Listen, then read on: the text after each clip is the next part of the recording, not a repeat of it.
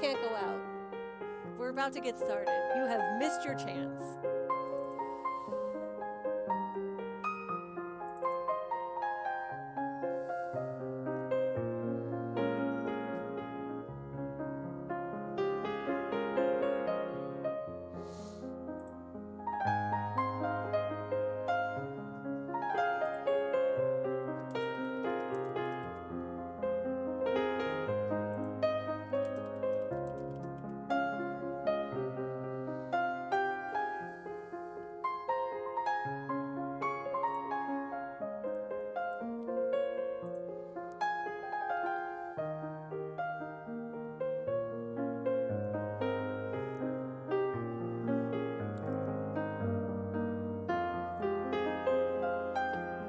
Actually, since we got about 10 minutes, I am going to take Bailey out. So if anyone shows up, Bella, tell them what's up.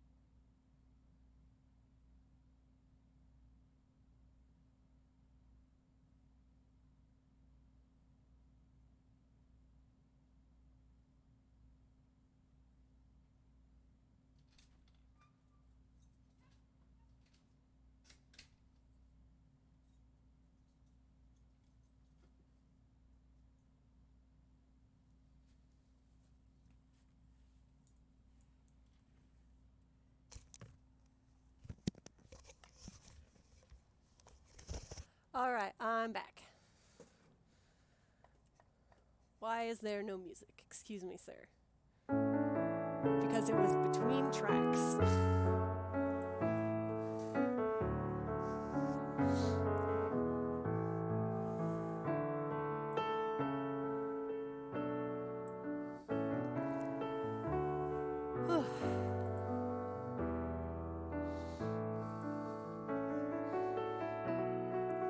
Karina, why don't you come up here into the treat section? Karina, come on. You know where the treats go. Hey, Fatty. I guess you're gonna be in the treat section.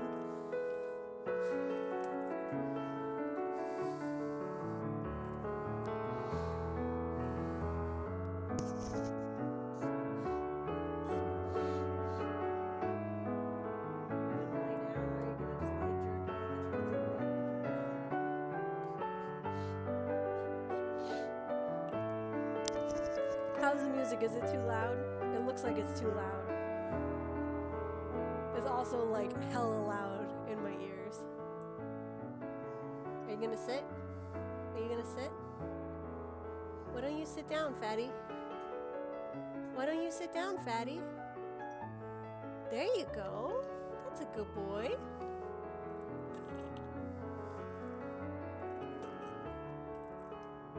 Aki, why don't you look at your adoring fans? I know the camera's not on. Shush.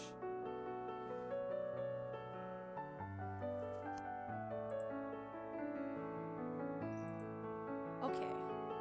Aki, good boy. Hello, sir. There you go. Free boops. Free boops.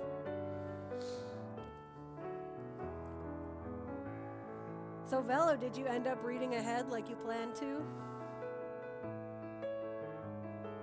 No, come back! Come back! I knew it! I've been betrayed.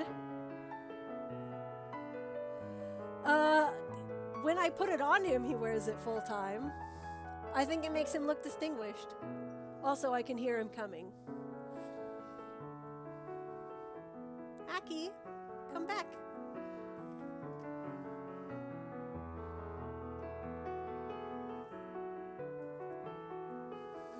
Aki, Aki, sir. Karina is being a giant loaf on the floor.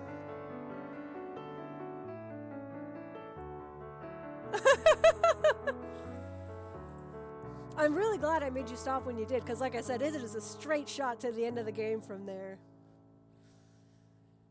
Well, a very long and circuitous shot, but you can't get off to go exploring.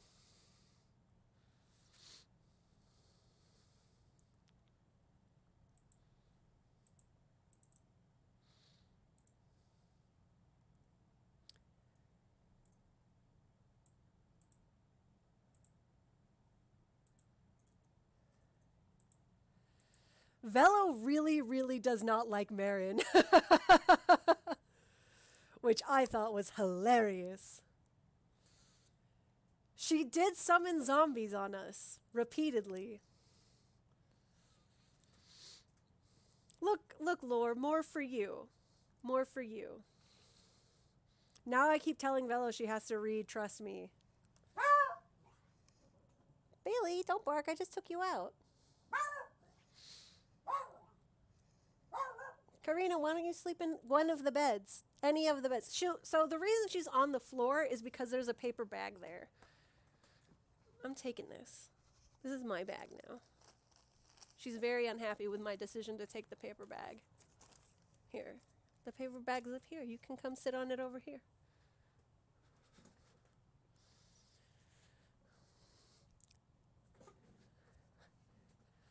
Look, look. She cannot control the zombie sisters.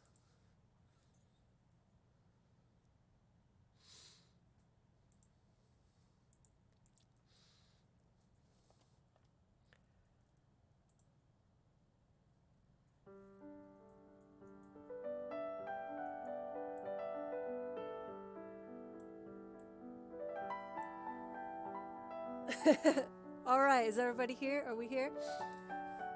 So we got coloring book pages. We got all kinds of things. We have a current giveaway. Hey, Biggie, what's up? I put this as the giveaway code just for V in honor of my small son who no longer lives with me because I miss him. We have another command for if anyone comes in like midway and doesn't know what the fuck's going on. As a reminder, I put it in the chat, but bits, subs, resubs, gift subs, blah, blah, blah, blah, blah, raids, etc. All of that will be announced at the end of a chapter, so we're not like cutting into the middle, but you are welcome to do redeems in the meantime. The applicable ones, I mean, you could do a Factorio redeem and then like wait for 3 days for me to stream Factorio again. It's up to you, but whatever. So do we have any questions, comments, problems before we get started? Sounds good, Velo. Make something delicious. Aki, come sit in the chair. Mama, come sit in the bed. I put your bag there for you.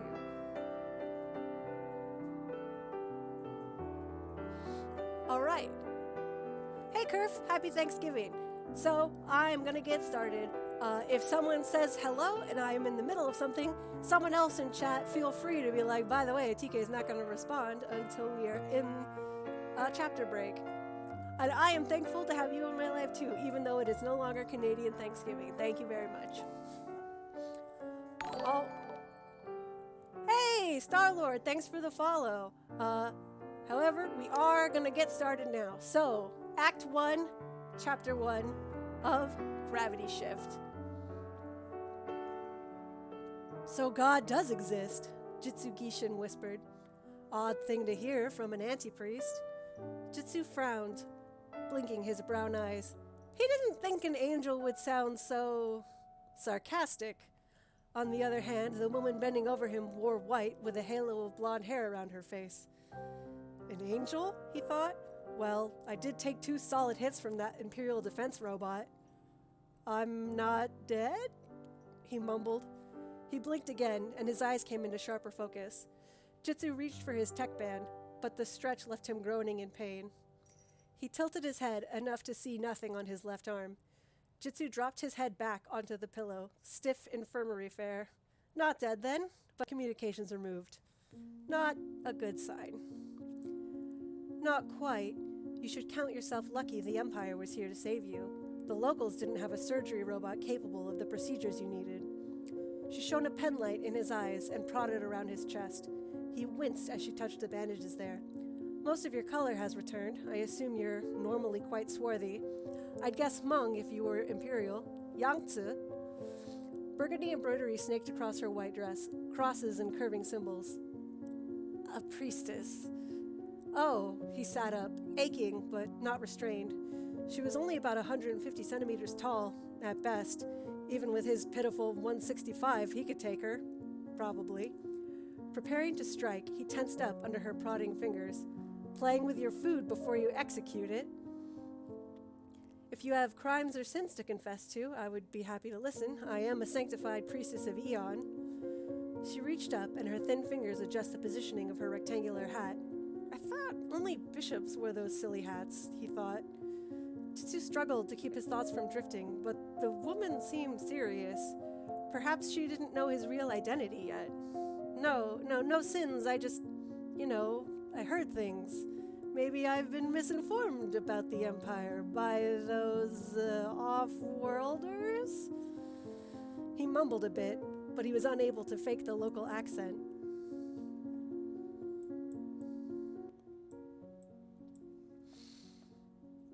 She met his eyes, but said nothing before pulling a flat monitor away from the wall of the infirmary.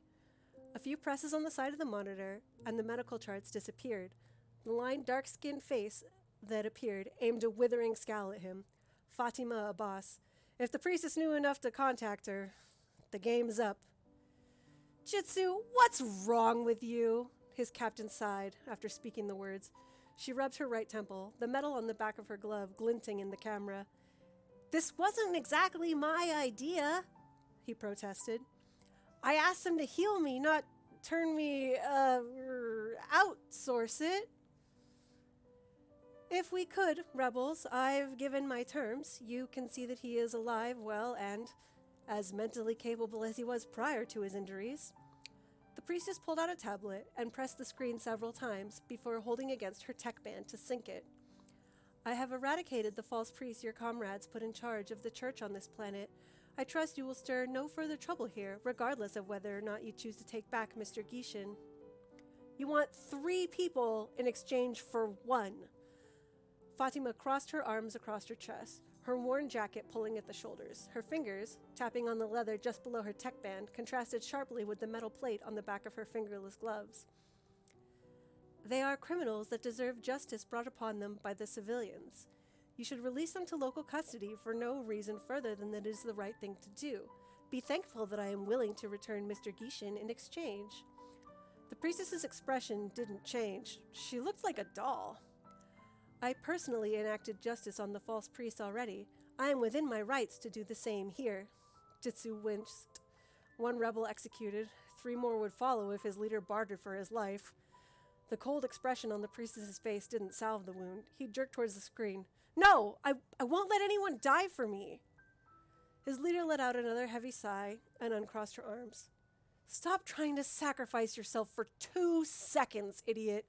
The 3 the girl is asking for aren't exactly innocent victims. They were slaughtering the locals and saying they were acting on the priest's orders.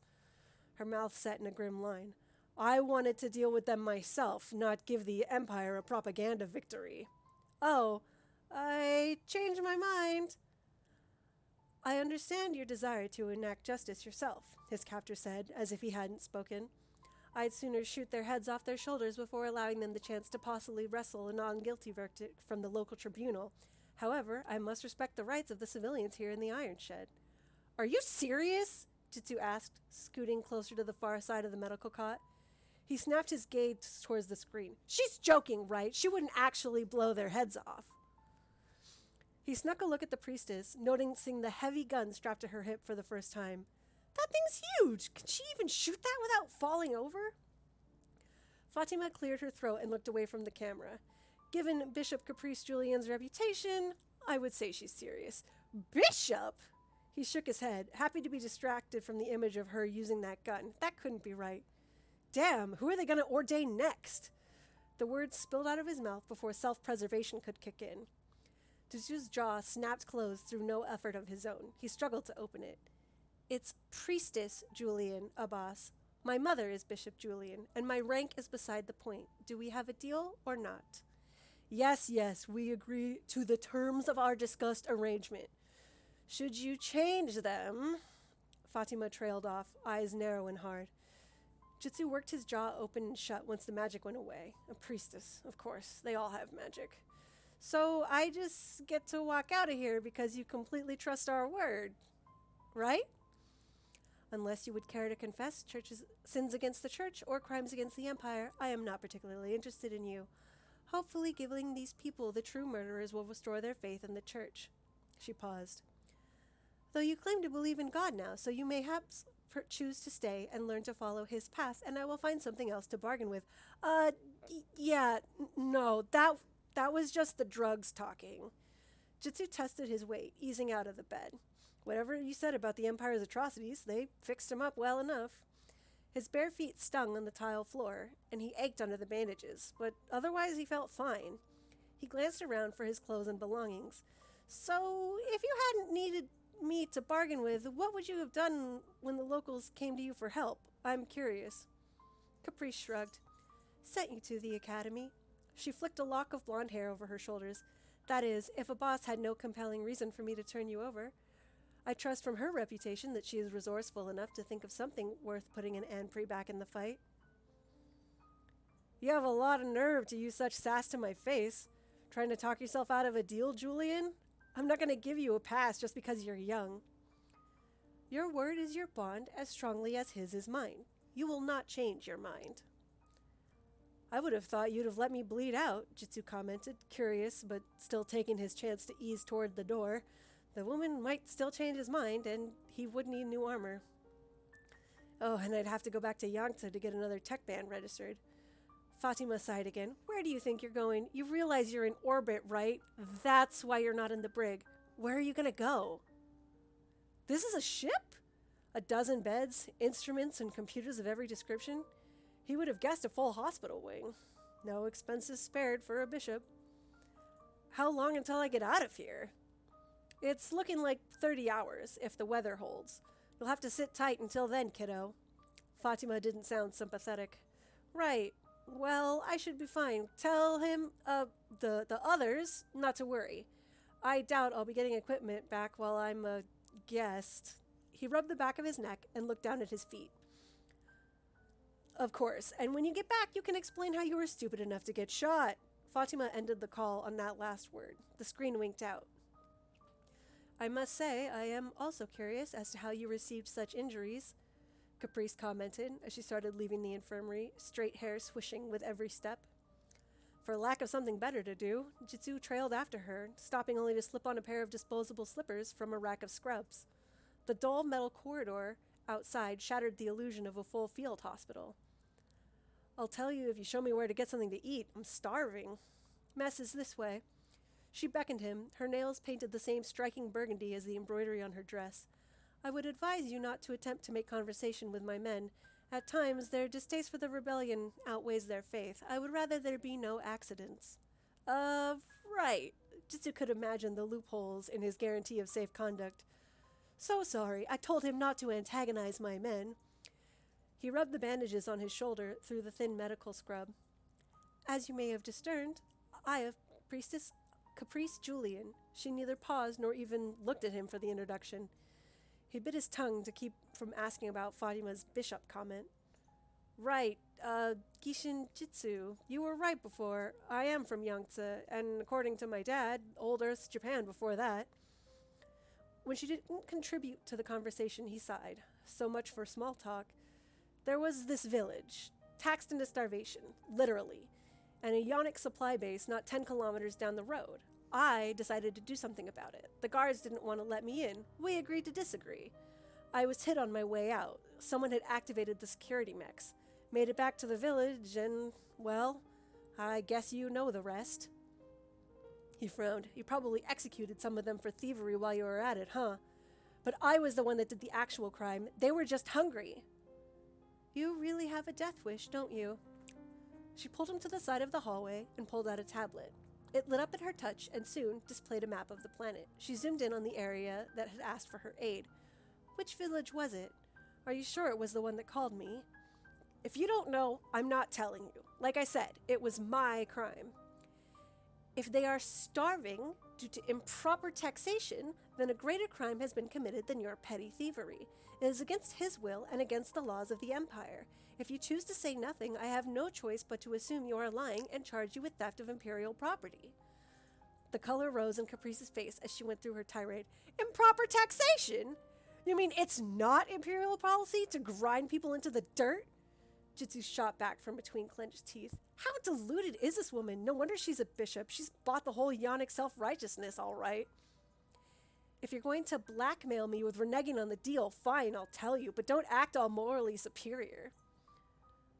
Would you like me to accuse you of the crimes of your fellows, of sabotage, murder, and fraud to create such a frothing fear in the entire planet that they overthrow their government? They couldn't have done... If you continue in your vein of ignorant accusations, I shall try you in an imperial court for their crimes, whilst they run free to terrorize more people. Her skin faded to a pale white, and despite being 10 centimeters shorter than Jitsu, she seemed to tower over him.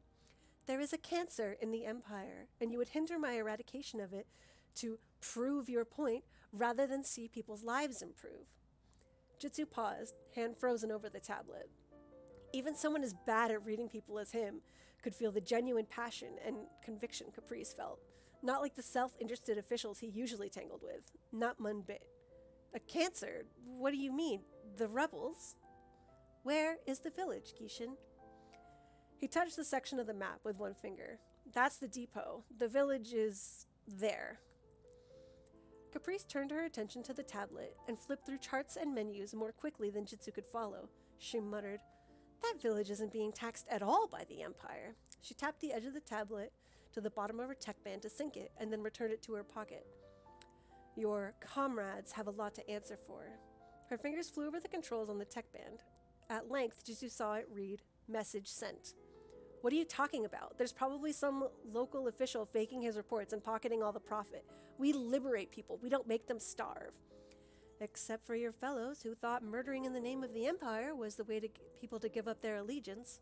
Oh, I will investigate, but I have no doubt they are responsible.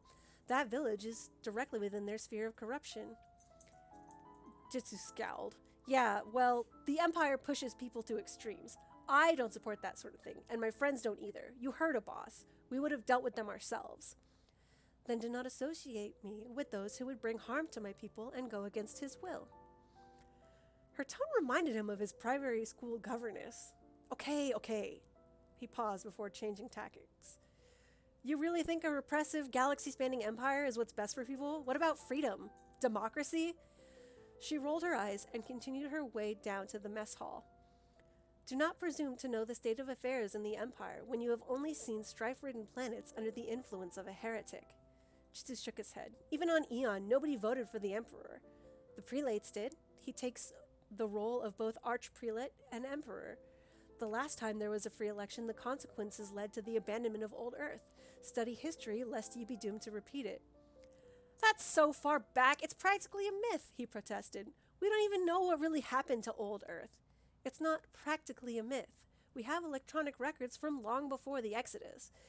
It hasn't happened again since because wiser men than you have prevented cataclysmic collapse. You should question the motivations of your history teachers if they claim the cause of the fall of Old Earth is unknown." Jitsu frowned. His school hadn't been some elite academy, but surely this was basic information. It was a great cosmic disaster beyond human control. That's what everyone's always said. An asteroid maybe, or the sun overheating. What did they teach you in Empire School? The sun wasn't due to overheat for millions of years, and you had ample technology to avoid an asteroid collision. As for what really happened, why don't you ask your fellow Anpri? You parade around as scholars, after all. It's relevant. The point is that Eon took advantage of the crisis to enslave the colonies and the refugees. Jitsu was curious as to how she would spin this basic historical fact. What did the Empire say to indoctrinate its subjects? "One of the first lessons in seminary is to recognize when you are unable to change a man's mind. I will no more preach to you the virtues of the Empire than I would try to shove the church down an atheist's throat. Neither of us is a trained historian, so this conversation is a waste of time." She stopped then and turned away, denying him the opportunity to retort. And to open the door to the mess hall. The lights glared from overhead with a sterilizing brightness that rivaled the infirmary. Jitsu squinted into the light at the structured lines of tables filling the room, flanked on two sides by what looked like some kind of buffet station. Jitsu was almost disappointed. Somehow he wouldn't have minded continuing the argument. He felt silent at once, though, her warning about the men more immediate now that he was face to face with a room full of them. Caprice pulled a white and red card out of her pocket. An electronic chip glittered on the back. "Give this to the steward when you've completed your selection. It authorizes you to take food." "Is this just for the mess, or does it authorize anything else?" Jitsu took the card, grinning at Caprice after he noticed the stylized CJ of her initials on it. He wasn't actually planning to wander where he shouldn't. He was pretty sure someone would shoot him again. She just raised one manicured eyebrow. The smoothness of her skin made the expression seem painted on. "You don't have a very good sense of humor. I'm a priestess of Eon, not a comedian." With that, she daintily pulled out a chair and sat, careful not to wrinkle her dress. Though if that was even possible with such crisp and stiff fabric was a matter for debate. "Weren't you hungry?" Yes, I was getting there." Jitsu walked over to the mess line, scoping out the milling Eons and assorted other Imperials for anyone who might cause an accident. Guess the Ionic decadence doesn't cover meals, too. Despite that, he was pleased at the noodle stir-fry listed on the board of the afternoon's options. Still better than travel rations, he thought, piling his tray with side dishes while the cook prepared his noodles. With a touch of magic to keep the tray steady, he wove his way through the soldiers back to Caprice's table. Her tiny hands plucked the meal card from his clumsy, calloused fingers. Jitsu was average size for a Yangtze man, so he marveled at being so much bigger than an Eon, even if she was a woman. Distracted, Jitsu brought food to his mouth, with his eyes lingering on his dining partner. She rolled up one of her white sleeves to reveal a thick tech band strapped to her arm. He wondered why she didn't use the window in the fabric as she had to sync the data pads, but then Caprice set the card into a thin slot. She made a few quick dashes on the screen and held it back to him. You will be supplied with food for the duration of your stay, so long as you do not lose this. Jitsu reached for it with his sauce-covered chopsticks, then froze mid-motion. After a moment, he reached out with his clean left hand and took the card back. He slipped it into his pocket to keep from staring at it. Caprice said, "One of my lieutenants will see to your evening meal. I will be preparing for the sermon." Jitsu mumbled with his mouth stuffed. He swallowed with a grimace. No dirty anpries allowed, I assume. All are welcome at his services, and all are welcome to decline to attend with no shadow to fall on them. She held both palms up in welcome, but the gesture didn't extend to her porcelain features. After a moment, she scooted her chair closer to the table, and a teenager in an oversized, plain blue robe set down a tray in front of her. "Your Grace," he bowed, but then had to grab his robe to keep the cowl from drooping onto her food. "Thank you. You are dismissed, Acolyte." Caprice took a measured bite of her meat pie. A boss would have stood in line with the rest of us, Jitsu thought, watching the young man walk away. After another scan of the dining hall, he thought, and she surrounds herself with soldiers for a bishop. That kid is the only other clergyman here. He turned back to the priestess. "I might attend. It would be interesting to see one. You are welcome, but inappropriate conduct may result in one of those accidents. Simply sit quietly and observe." Jitsu grinned, but Jitsu felt like a tuna face to face with a shark. "I think I can handle that. There's a Yonic church in New Hong Kong. God's light is not limited to the Empire. We hope you find our faith enlightening and that you come to see the truth in his teachings." He turned his attention back to the pile of noodles and stir-fried meat. "Fat chance. Yeah, we'll just have to see about that." Jitsu did not, in fact, come to believe in the Aeon God. He sat in the back of the ship's chapel, determined not to be impressed.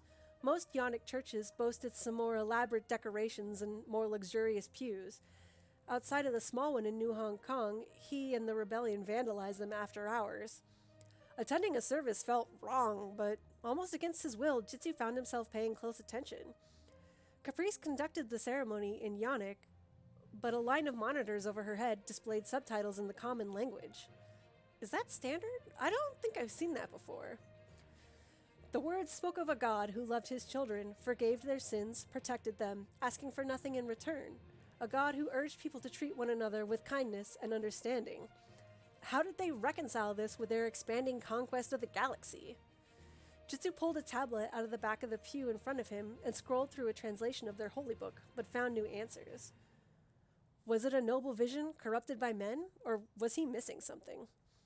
Jitsu gave up and just watched Caprice conduct the service. Her alien grace suited the formalities. Her striking blonde hair and pale complexion stood in sharp contrast to the burgundy backdrop. She seemed 2 meters tall, standing at the plain pulpit with formal robes, decisive movements, and the rapt attention of everyone in the room. Forget God.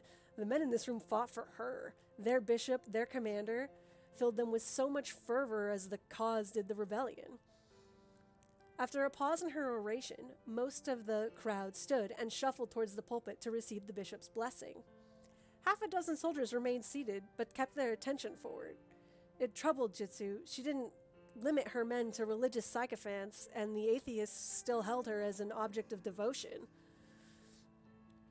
Her conviction and presence in the chapel enthralled Jitsu. The Yonic church didn't seem so bad in this context. No, he shook the thought away, guilty. She's the enemy. This God she loves so much is used to justify innumerable atrocities. Keep your head on straight. You'll be back home soon. End of chapter 1. This music is really loud in my ears. I am shocked that it is not being more obtrusive to the stream. So that's our introduction.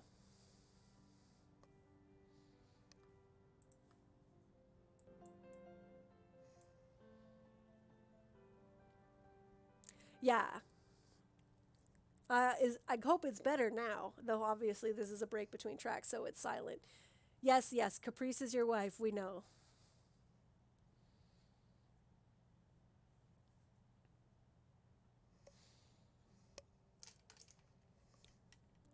Hold on, I gotta find Bailey because she's probably up to trouble.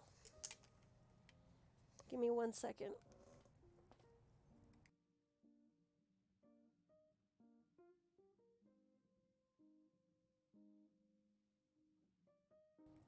Okay, she was just sleeping on the bed.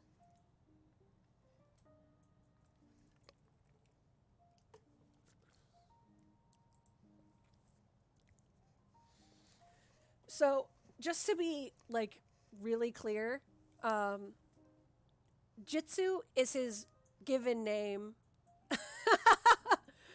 and Gishin is his surname. Sometimes it, depending on who's speaking and whose point of view it is, sometimes the surname will be first, and sometimes the surname will be second. So, just to be clear, Jitsu is his given name.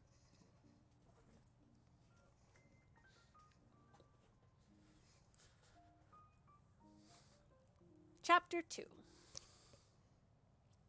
Jitsu did not see Caprice again. Her captain of the guard oversaw the prisoner exchange. The detachment of stiff Yonic soldiers stood silent and guarded.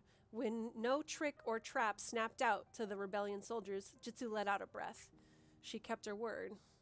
The captain handed him his tech band and then went down an itemized list of his armor and other belongings. He jumped, struggling to keep a grip on his things, when his fellows brought out the screaming and struggling murderers. Traitors! You're just like those Imperial scum, treating one stupid scholar like some kind of saint, betraying the cause for your own benefit. Caprice's men fell onto the captives like raptors over fresh meat. Fatima let out an ear-piercing whistle before shouting, "You said they were going to local justice!" Caprice's captain, her Yangtze-like features set in a grim line, responded, "They are. We're sedating them for transport so that they cannot hurt themselves to escape justice." She tapped her tech band, situated under a sharp burgundy cross, and spoke into it. Fatima opened her mouth to retort, but the captain had already turned away. The Yonic soldiers departed with brisk efficiency, their shuttle lifting into the atmosphere. After shaking himself, Jitsu forced a grin at one of the rebels that came to pick him up. "All right there, Carlos? One of your robot friends shot me, you know." He laughed, and the built-up tension cascaded off his shoulders. "Nah, if it was one of mine, you wouldn't be standing here, Jitsu," Carlos shot back, clanging his cybernetic arm against his armored chest plate. The chrome arm glinted in the sunlight, contrasting with his brown skin. Imperial mechs are crap. You can catch up later," Fatima snapped. She waved two men forward. They pulled out portable scanners, moving them over Jitsu's body, head, and armor. "He's clean," one grunted, shoving the duffel for him to put his armor in. Jitsu flinched. The thought that this all might be some kind of ploy to sneak a bug into the rebellion camp had never occurred to him. "You can't just trust her because she's charismatic, idiot." "Then let's go," Fatima ordered. She took the lead as they moved into the rough jungle path. Jitsu lingered, falling behind on purpose to continue his conversation with Carlos. "How are things?"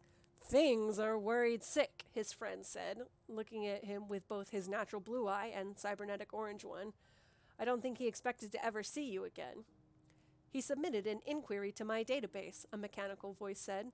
Carlos's primary robot wheeled along in the rear guard position, a sensible choice as it could drive in one direction while scanning in others. At the moment, its weaponry pointed back towards the meeting point, but its head faced forward, LED eye staring at them. He wanted to know the most statistically likely fate of a Yonic prisoner. "What did you tell him?" "In the custody of Bishop Caprice Julian, there is a 75% chance of immediate execution." Carlos rolled his natural eye and tapped the mechanical socket around his electronic one. Isaac, when humans ask something like that, they want to be lied to. You should have said everything would be okay." "I did point out that the likelihood of torture was just under 45%, Isaac said. Jitsu would swear the robot sounded sullen, the single red circle that served as its eye dimming and then brightening, though Master Rosenthal did not seem particularly reassured by my assessment. "No, really?" "There is no need to be sarcastic, Primary Master," the robot admonished. "I provided accurate data in response to a master's request. If you wish for me to grant false optimism when queried, you need to update your standing orders." "Maybe I'll do that. Lighten things up around here." Carlos grinned again, but Jitsu didn't mash it. The relative comfort of his captivity felt even more wrong considering what everyone else went through. "He's not here?" "No, he's still out. After he heard, he signed up to lead extra patrols. Carlos waved a hand as if to say, "You know how he is." Jitsu did, and felt the guilt creep deeper into his conscience. He shifted his armor pack to his other shoulder. "Well, we'd better catch up with the others. Don't want a boss to chew me out. Any worse than she's going to for getting caught, I mean." "Right." Carlos gave him a shrewd look, but said nothing. Jitsu felt a surge of appreciation for his friend's tact. He would rather be back with the Yannick soldiers than talk about what he put Johan through.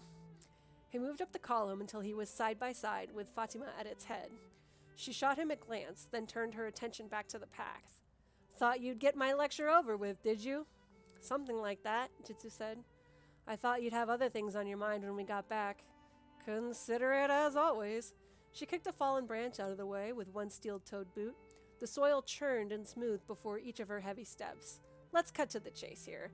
I would never have authorized a one-man suicide run against an entire Yannick garrison just because you felt bad about the locals."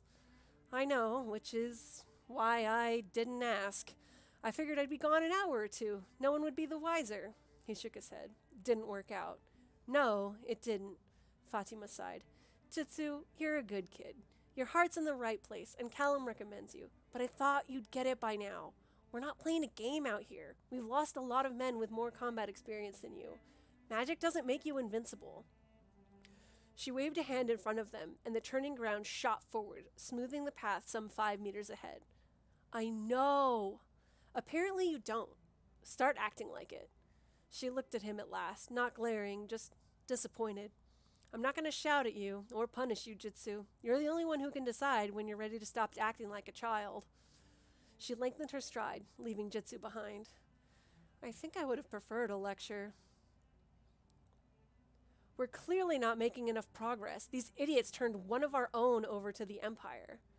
Jitsu couldn't remember the man's name, or anyone's really. He got through these meetings by adding adjectives to their rank.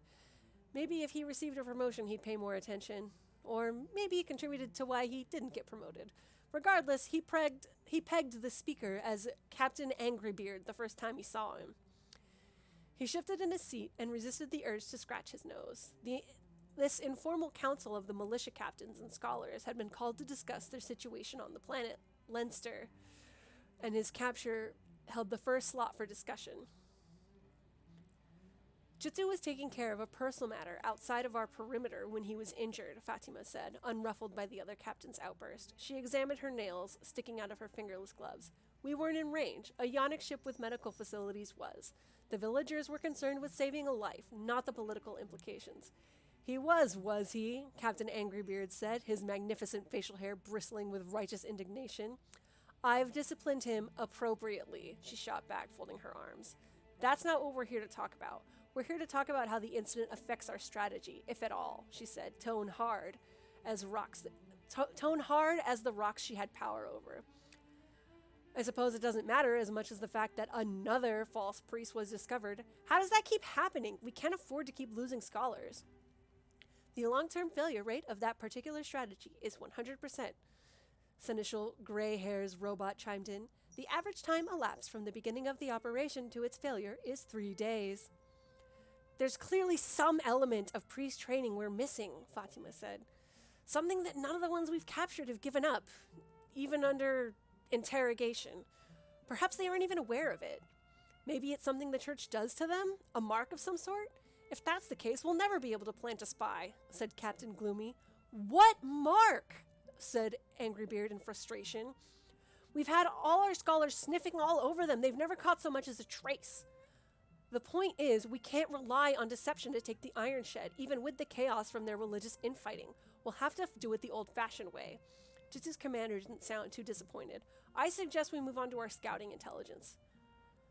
"Oh, fine. Go get Rosenthal," Gloomy ordered her robot. Jitsu tensed. Of all the ways he ran through his reunion with Johan in his mind, in public, in front of the militia commanders, was not one of them.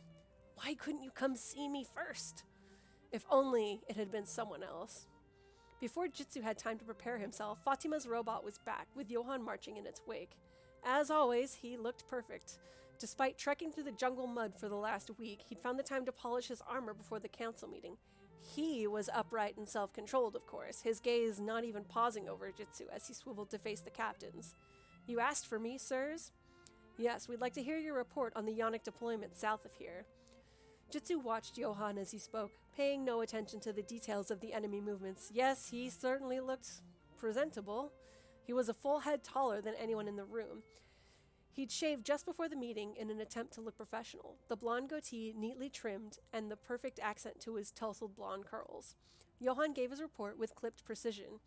Jitsu admired the intensity in his expression. Yes, that always... This isn't the place for that kind of thought.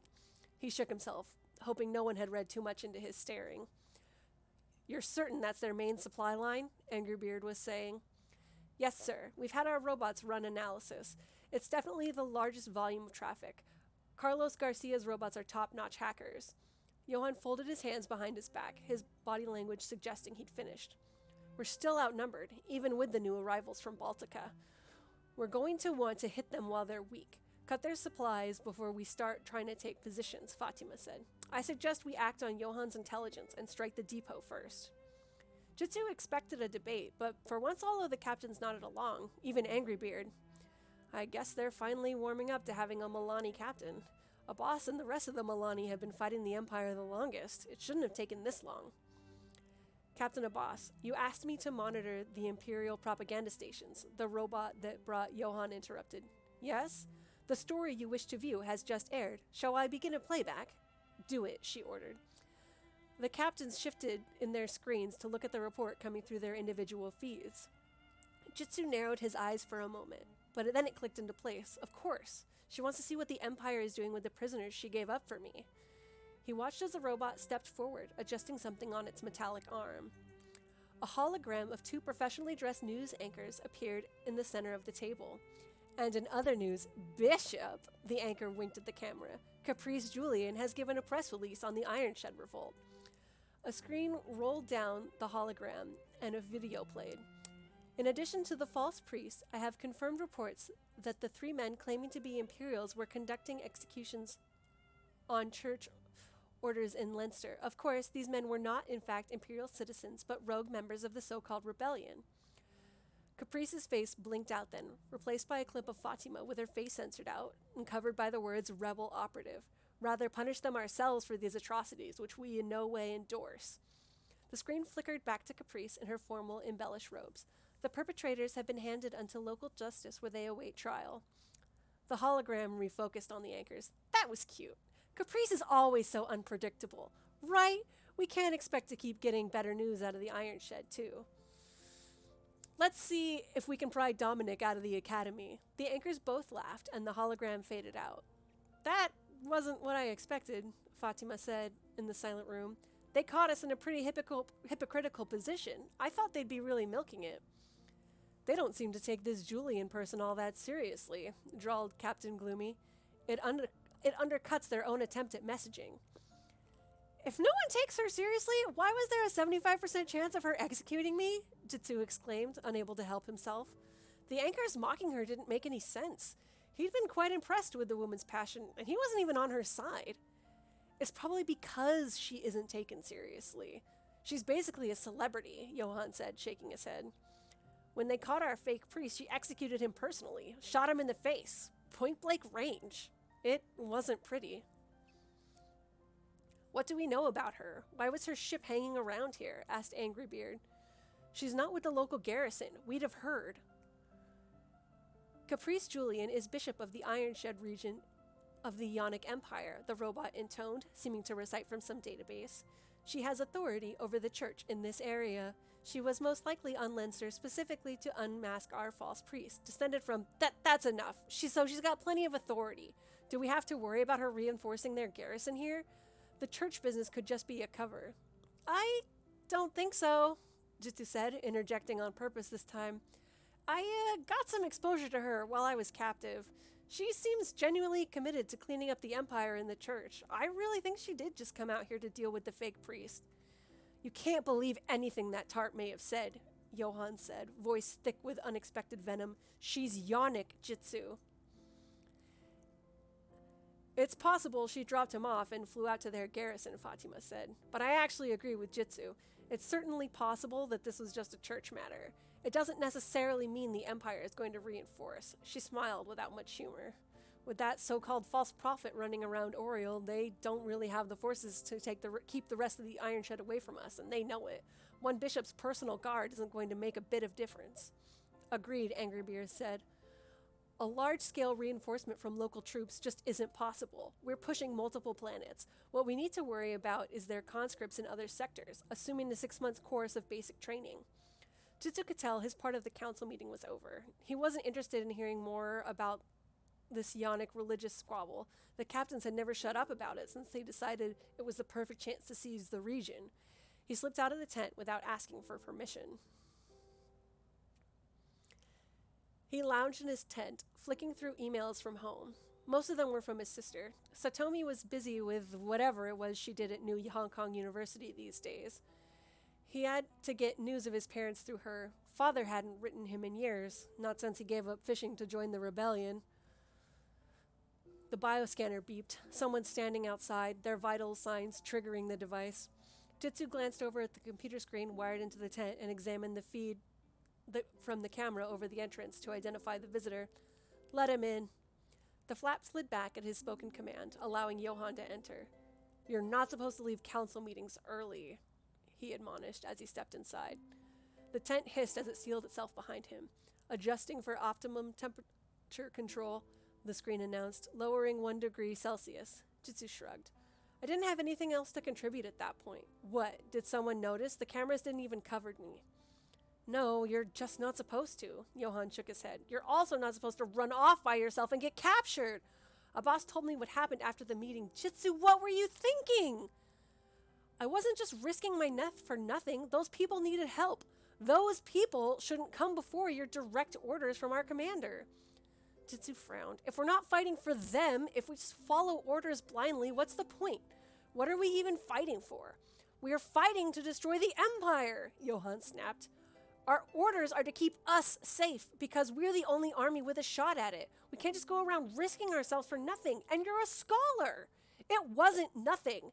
It wasn't important. It's important that we bring our whole strength to the battlefield, and that includes you. Even if you're still childly insisting that you won't carry a weapon, I don't know why. We have to do something to prove we're better than them, Jitsu insisted. Better than them? Better than them? We're the better alternative just by existing, Johann shouted, fists clenched. We don't invade colony planets, enslave their people, and execute everyone who resists. Don't act like it's so wrong to kill a few of those scum. You know what happened on Kabelon. We are better, he said, not angry, just quiet and sad. But that doesn't mean we can afford to lose our principles. Over time, you're losing sight of what's happening in the galaxy, Johann raged.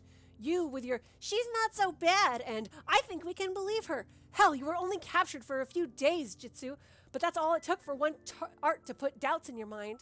I didn't say she was a good person, Johann, he countered, but he felt ashamed and couldn't pinpoint why with Johann yelling at him. I was just giving my opinion. She seems committed to their church. I don't have any doubts.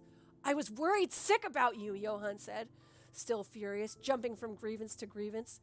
You know how many people we've gotten back alive? And there you were, not even in any danger. I was still a prisoner. Are you angry I wasn't being tortured? Aren't you happy that a boss was unable to negotiate so quickly? You didn't even send me a message, too busy fraternizing with the enemy. I didn't have a tech band, and they didn't exactly let me access their computer systems, Jitsu countered. What about you? You didn't even come make sure the exchange wasn't some trick. I had duty elsewhere, Johann said, turning his body away from Jitsu. Yeah, which you signed up for. Though maybe I'm being unfair. A boss probably wouldn't have let you come since you'd have just tried to murder the Yonic soldiers the second I was safe, if you even waited that long. Jitsu jumped to his feet and crossed his arms over his chest to oppose Johann's oppressive height. Johann shook his head, curls swaying. I wouldn't have done anything to put you in danger, Jitsu. Don't you know that? Sometimes I'm not sure. You haven't even said, oh, I'm happy you're back. Oh, I'm glad you weren't treated too badly. He punctuated each sentence with a sharp gesture. I am glad you're back. If you'd been hurt, I I don't know how I would have survived that. You're not acting like it. I was worried about how'd you react too, you know. And the first I see you after I'm free, it's in a formal council meeting? Come on! Act like it. What, you want a demonstration? That'd be better than the big load of nothing I've gotten so far. Johann yanked him forward and into his arms. Jitsu didn't let him draw out the hug. Instead, he pulled Johann's face down and pressed their lips together. And that's the end of chapter 2.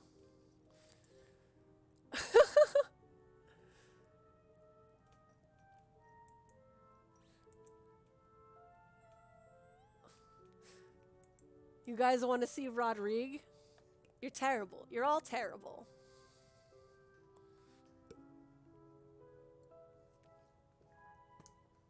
Rodrigue is a terrible person and none of you should like him. Karina is now loafing on the floor. She's very upset I took her bag away, but she refuses to. Does anyone want to put in a cash into treats? Some treats for the cats? Maybe lure Karina up into the bed?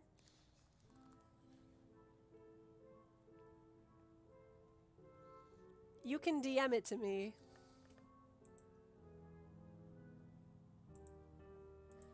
All right. Treats?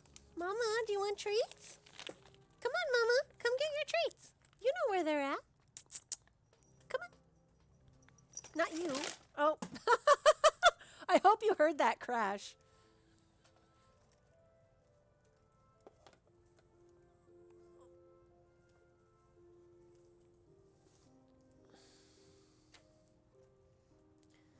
You're such a brat. Get in there, you big...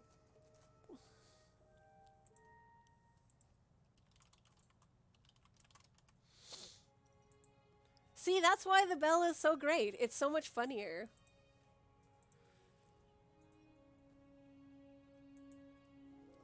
Are you gonna lay down?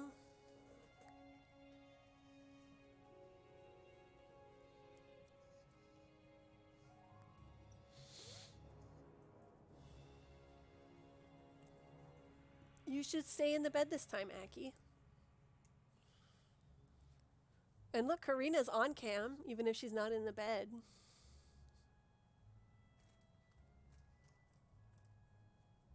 Aki was sleeping in it all day until right about when I was going to stream, and then he's like, nope, I'm done. Oh, welcome back with your Thanksgiving burritos. Aki, are you going to lay down?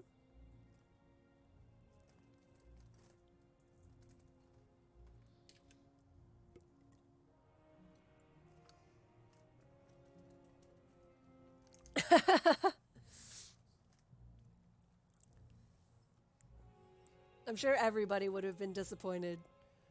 Also, I want to remind everyone that Bread's dad is a horrible, horrible person and a Trump supporter, and he read this and did not at all comment on the fact that the main character is a gay man. He just went right through it and was like, that was a good book. So what I'm saying is, my writing is so good, even Trump followers have to get through it.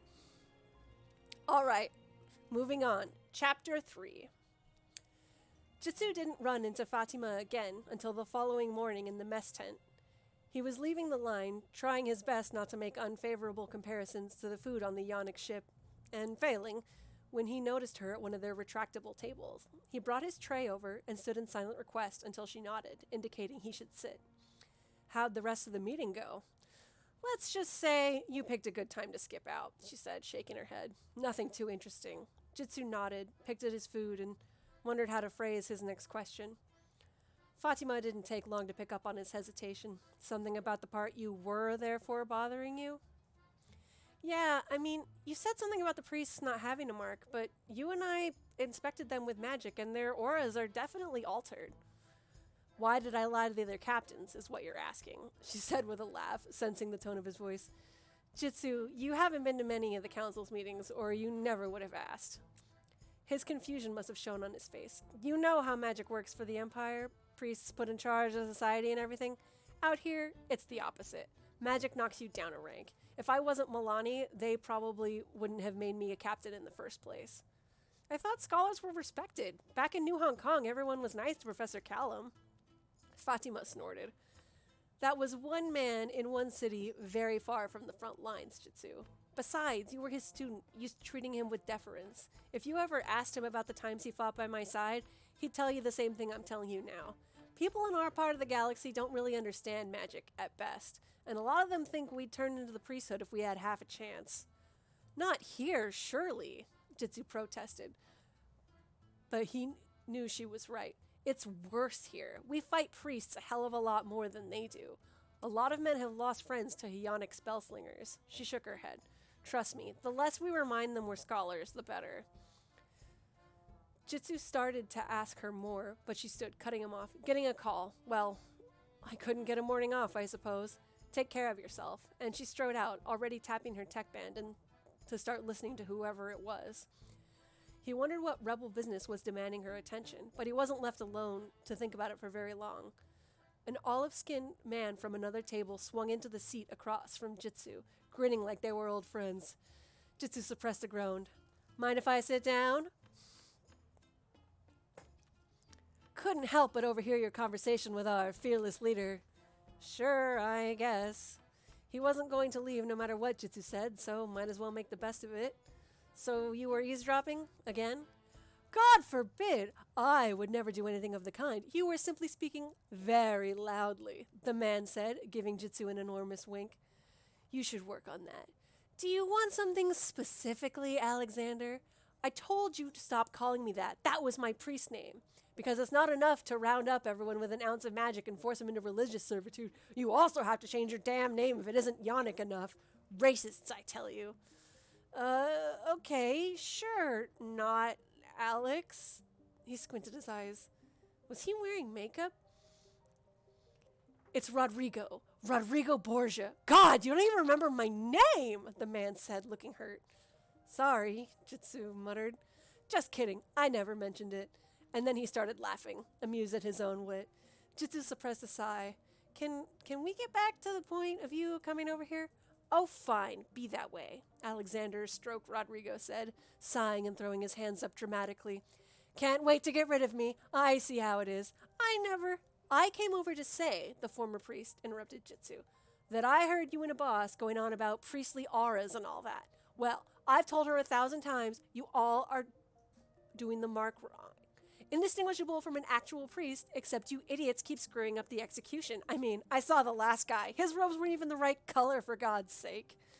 I see, Jitsu said, confident that the traitor was trying to fool him again. He'd helped Fatima with the mark last time, and they'd manufactured burgundy-accented robes identical to the real thing. But nobody listens to poor me, Rodrigo complained, twirling a finger through his greased mustache. That bitch she was going on about, how people hate scholars out here? Well, let me tell you, traitorous ex-priests have it 10 times worse. No respect, none at all. That's a shame. He wondered if Rodrigo had overheard the entirety of his conversation with Fatima. It seemed like the other man to spy like that. If you're so unhappy here, why did you leave? If you don't mind my asking. Oh, fine, if you really want to know. Rodrigo sighed, even though Jitsu could tell he was more than happy for the chance to talk about himself. As a matter of fact, it wasn't my idea. They were about to haul me up before the church tribunal. Corruption, murder, another murder, 6 to 7 counts of adultery. That's only the ones they know about, of course. Tax fraud, embezzlement, money laundering, burglary. Oh, and about 300 counts of failing to pay parking tickets, he concluded, shaking his head. That was the worst. You have no idea how much those fines add up. You shouldn't have to tell autos to park themselves, am I right? It sounds like you are the worst priests of all time. Wait, murder? I paid someone to do it. Anyway, let me tell you, I wasn't doing anything the rest of them don't, Rodrigo said, tapping a is the power inside the empire, and the priests are the same as men fighting for power under any system.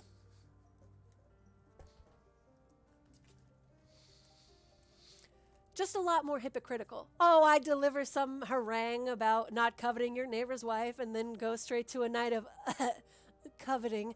Those were the days. But the murders? Something about Jitsu outraged at the flippant way he admitted to the crime. Well, how else do you think people climb the church hierarchy? Praying hard? Waiting for the last guy to die? He shook his head, chuckling. No, it's all backstabbing, my friend. Political and literal. I was pretty damn good at it, let me tell you. I knew what I wanted to be, bishop of a nice, quiet colony sector, far away from the goddamn war. I was old enough, I'd put in the years of service. My rival had already been so good as to off the old bishop. All I had to do was get him out of the way. Then it all went wrong. Rodrigo paused for dramatic effect. Rodrigo just stared, so the former priest gave a light cough. Jitsu got it. What went wrong? Your new girlfriend happened, he said with relish. Someone with a conscience tattled, and that bitch of a Julian came down on both of us. My rival had been dumb enough to get caught on security cam taking out the bishop, so she executed him on the spot. Rodrigo mined shooting himself in the head. Stains everywhere, ruined my best robes, and don't get your hopes off, she never takes the dress off. She's not I was a lot smarter than that idiot, so she couldn't connect anything to me right away. But I knew someone was gonna talk sooner or later. I mean, this face is far too pretty to get shot, don't you think? So I got the hell out of here. Last I heard about it, she was working her way through everyone who'd ever worked for me, whether or not they'd done anything dirty. Just some perspective, in case you were thinking she was some great person just 'cause she's so devout. Rodrigo finished, looking hard at Jitsu. She's not like I was, no. She's a damn sight worse. I only ever killed other greedy bastards. Zealots like her, they'll take out anyone who doesn't fall in line. Oh, my use of magic redeems me, he mocked in a bad falsetto. That's not how it works, princess. I see your point. Good boy. Jitsu had another question. I get why you ran, but it seems strange that you ended up fighting them. Didn't you just say you wanted to avoid the war? Rodrigo appeared to have stopped listening. What? Oh, sorry, Jitsu. I'll have to tell you that story another time. Something's just come up. He sprang away from the table before Jitsu could protest. Something, it appeared, was a female militia fighter who had just entered the mess tent. Rodrigo advanced on her, twirling his mustache. Jitsu rolled his eyes and turned his attention back to his tray. Later in the day, Jitsu went looking for Carlos. He found his friend in the ramshackle militia armory, bent over the deactivated Isaac with a welding torch. Robot parts, spare weapons, and cases of ammunition were stacked in unsteady piles, taking up every inch of available floor space. Carlos glanced up, mechanical eye whirling, before waving Jitsu to wait around. Jitsu squeezed in between two boxes. One of his treads is sticking, he explained when he straightened up. It's because I had to replace it with parts from old Yonic mechs. Like I said, terrible. What I really need is some stuff from back home. Laurentia isn't even shipping robot parts? Jitsu frowned. Carlos shook his head. You know how it is. The Empire hasn't gotten near them, so why bother to help us? There's not much profit in it, that's for sure. Rebellion's a luxury. If my family hadn't been so well off... He shrugged, spreading his hands. There are a few people I can talk to, but I don't know. At least my shop tools are solid. Karina, stop walking in front of the book! Not all of us can have our priorities straight, someone from behind them said, a female voice. Jitsu turned, nodding as he recognized the speaker. A fit, dark-haired woman, taller than both of the men. Carlos recovered his humor at once, meeting the new arrival with his trademark grin. Ah, Ava, I suppose Baltica's factories and farms have been emptied by those reinforcements? Hardly, she said, missing the humor or ignoring it. It is a large planet, but unlike some, it is not decadent in its wealth. Ava strode over to the weapons bench near Isaac, setting down her long rifle, and then reaching for a different set of tools. And we do not have the luxury of half a galaxy between us and the Empire. Do they really think they're in immediate danger? Jitsu asked. The Empire hasn't tried to conquer a planet that large since the colonization period. That's what we said before they got Milani, she retorted. Ask Captain Abbas how complacency served her people, or ask Johan about Kabelon. Well, good point. And Jitsu thought of his home with a pang of worry. Yangtze was sparsely populated compared to Milani or Baltica, an easier target already with a Yonic church in the capital. I'm sure all our planets are going to be fine, Carlos interjected, sensing the mood and trying to cheer the pair up. We're going to have them so tied up out there they don't even think about it. Ava didn't answer, focusing on the minute adjustments to the rifle scope. Jitsu just gave a stiff nod. Undaunted, Carlos tried again. So, Johan's been holed up with the captain all morning. I bet we have a new operation soon. Yeah, Jitsu agreed. He was talking about scouting out the Empire's supply lines in the last council meeting. They're probably planning how to hit it. Oh yeah? Then I'd better make sure Isaac is ready to go, Carlos said, reaching for the welding torch again. If we're raiding a supply line, a lumbering warbot isn't going to be helpful, Ava sniffed. We'll want to be careful and quiet. Lumbering? I'll have you know, Isaac can be very quiet when he wants to be. Need I remind you what blew our cover on our last stealth operation? He's built like a tank, Carlos. Jitsu pointed out, stifling a laugh. It's not his fault, but he's not really all that stealthy. I expected that from her, but you too? The mechanic protested, clapping a hand over his heart.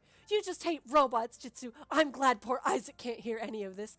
I don't hate them. I'm just saying humans do quiet better than warbots. Some humans, maybe, Carlos said, starting to laugh. Didn't you get shot the last time you were trying to do a stealth mission? Maybe we should leave you behind, too. Jitsu couldn't help it. He started laughing, too. Ava gave both of them a ferocious look before a moment later clapping a hand to her ear.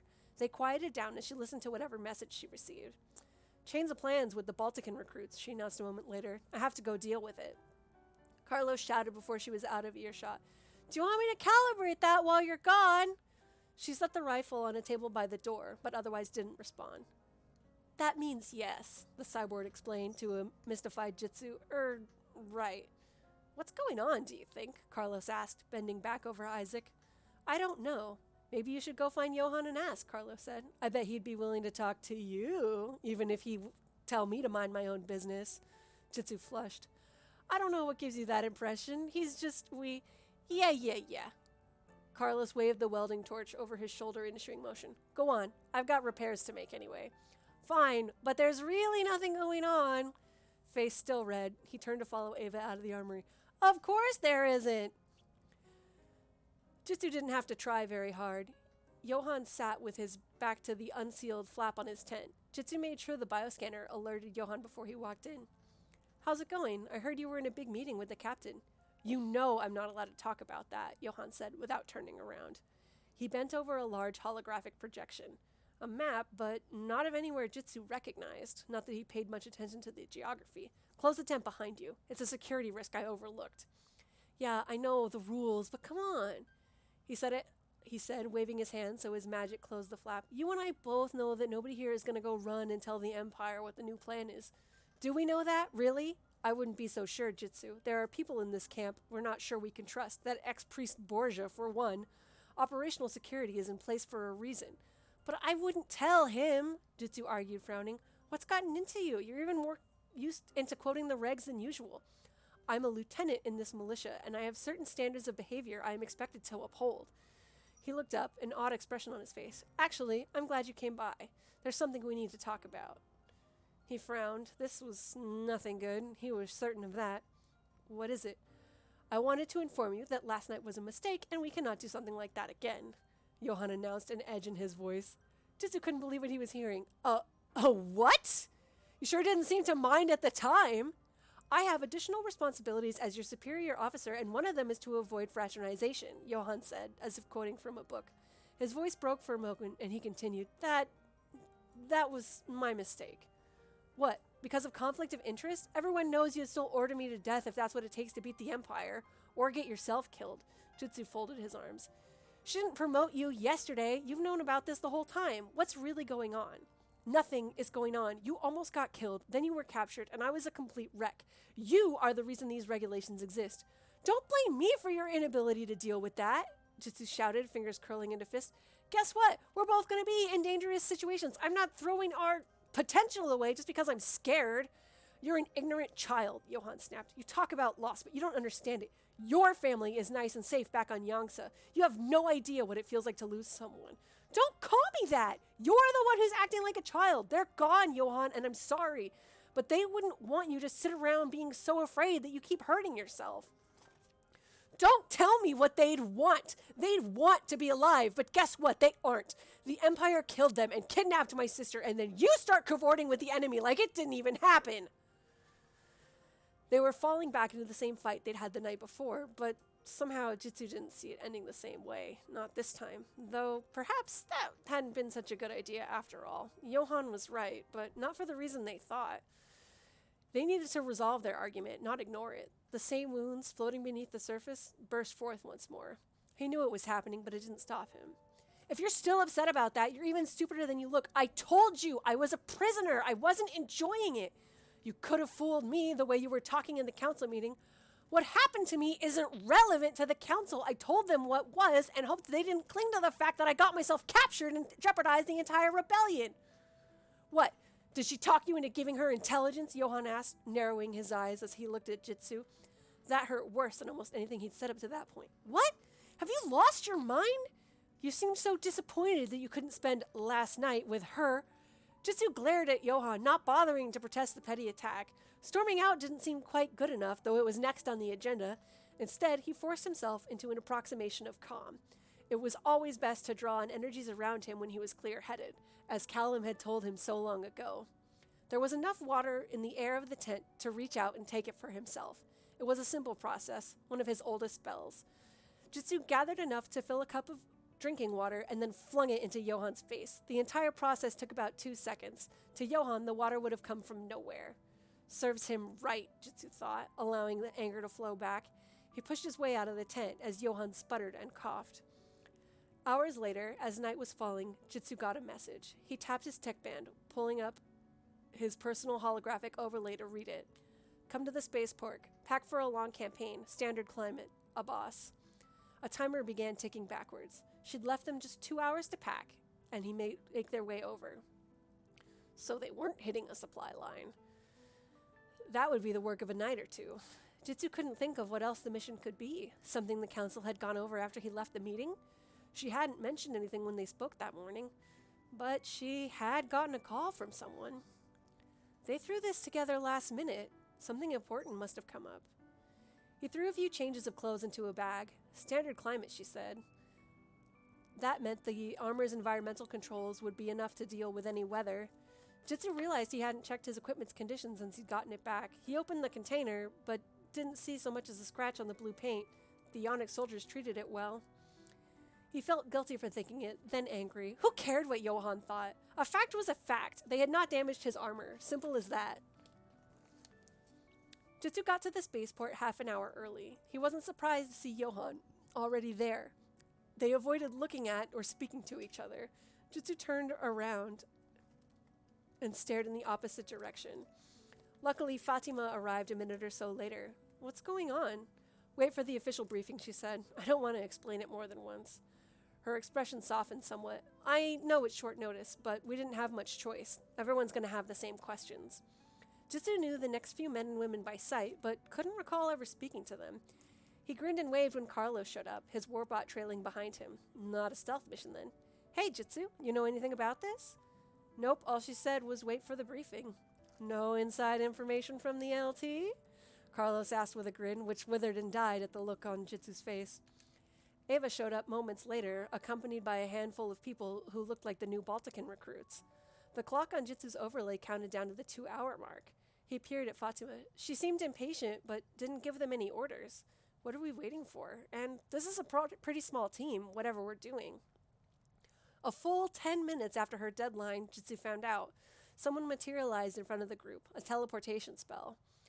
A few of the rebels who weren't used to magic surrounded the figure with weapons drawn. Fatima ordered them to stand down. They cleared a way to reveal Rodrigo, bent double and panting with the exertion of the spell. It saved no effort to use magic to travel long distances, Jitsu knew. Just time. In a way, it was even worse because the exhaustion hit all at once. You're late, the captain said, crossing her arms as she regarded him. Sorry, Rodrigo buried his face in his sleeve, wiping away sweat. I was, making preparations for a long campaign. Like you said, things to do, people to see, lost track of time. I'm sure you made the best possible use of your time, Fatima said. Hurry up, we've got places to be. She waved for the others to follow her. The starship was still fueling, but the loading bay was open. What were you doing? You don't even have a pack, Jitsu commented, falling in next to Rodrigo. Everyone else was giving the former priest a wide berth, either because of the magic display or because he stunk of sweat. There are many things one can do with 2 hours that are far more fun than counting out spare shirts, Rodrigo said, winking at him. Can you blame me? I guess not. Jitsu wondered how Rodrigo had made something like that happen with just 2 hours' notice. It was doubly impressive since the other man limited himself to women for some reason. Maybe the former priest appealed to them, but he wasn't Jitsu's type, too old, too greasy. If we die horribly in the mission that will come, I will at least have that memory to comfort me, and you will have 2 hours of cramming socks into your suitcase. Rodrigo laughed as they climbed the ramp up into the spaceship. Now, which of us is better prepared to face grave danger? You or me? Socks and a horrible fight with Johann, Jitsu thought, sighing. I guess you've got a point. I'll just have to stay alive this time. End of chapter 3. Brad, why are you sussing me? Don't suss me with Kelsey's emote. There is no sus here. I will remind you. Mama, stop walking in front of the screen. Why don't you just go get your treats now? Why are you glaring at Johann? He's the main character's boyfriend. Surely nothing could go wrong.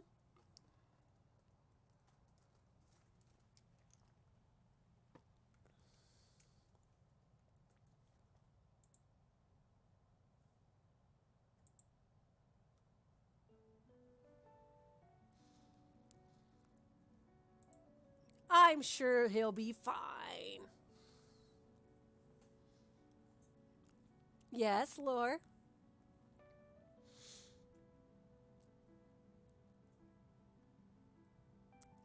What's hilarious?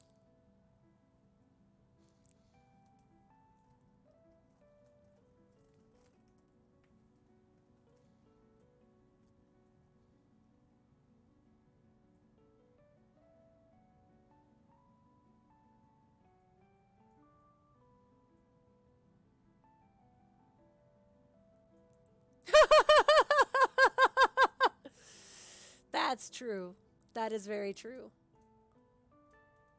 Hey, Mama. Yes. Who's a good girl?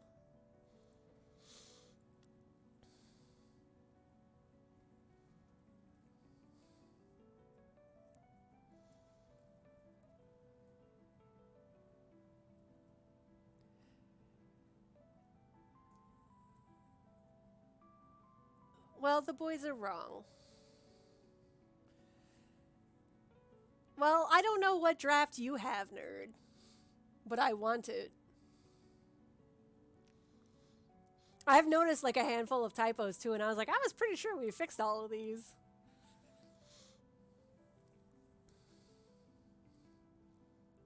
What is this, Mama? Boop. Boop. I know, Karina's the best. Thanks.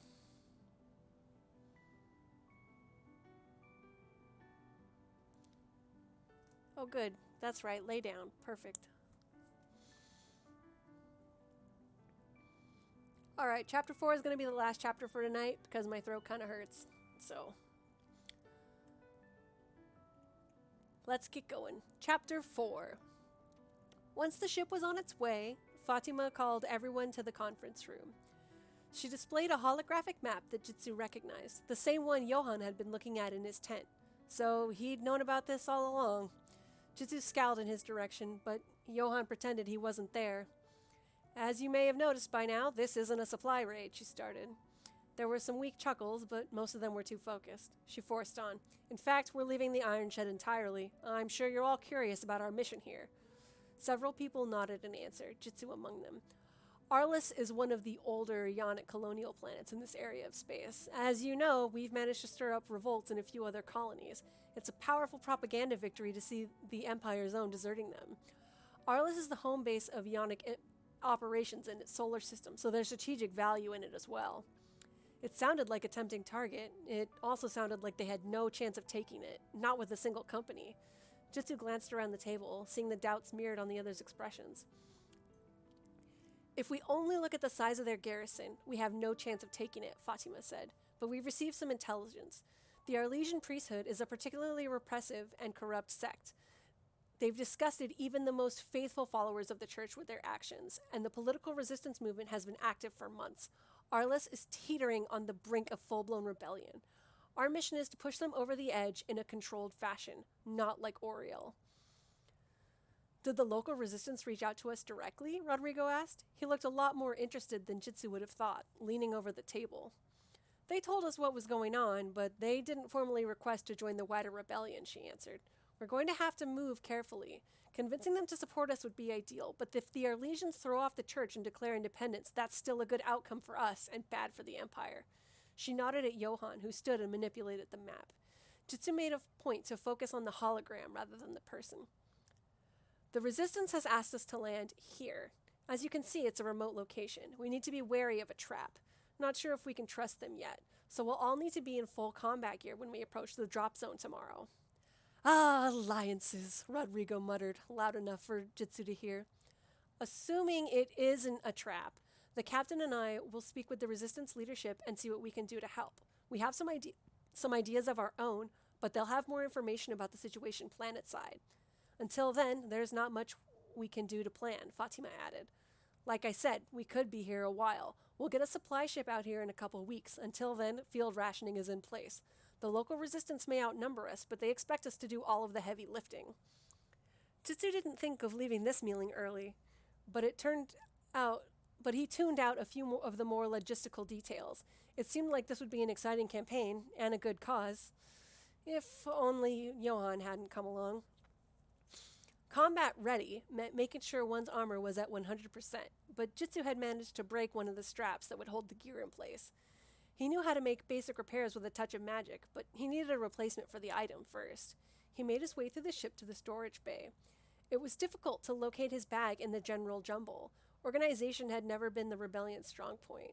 Jitsu was considering using a spell that would summon the bag to his hands when he noticed something odd. A pile of crates stood at the far end of the cargo bay, stacked into neat pyramids.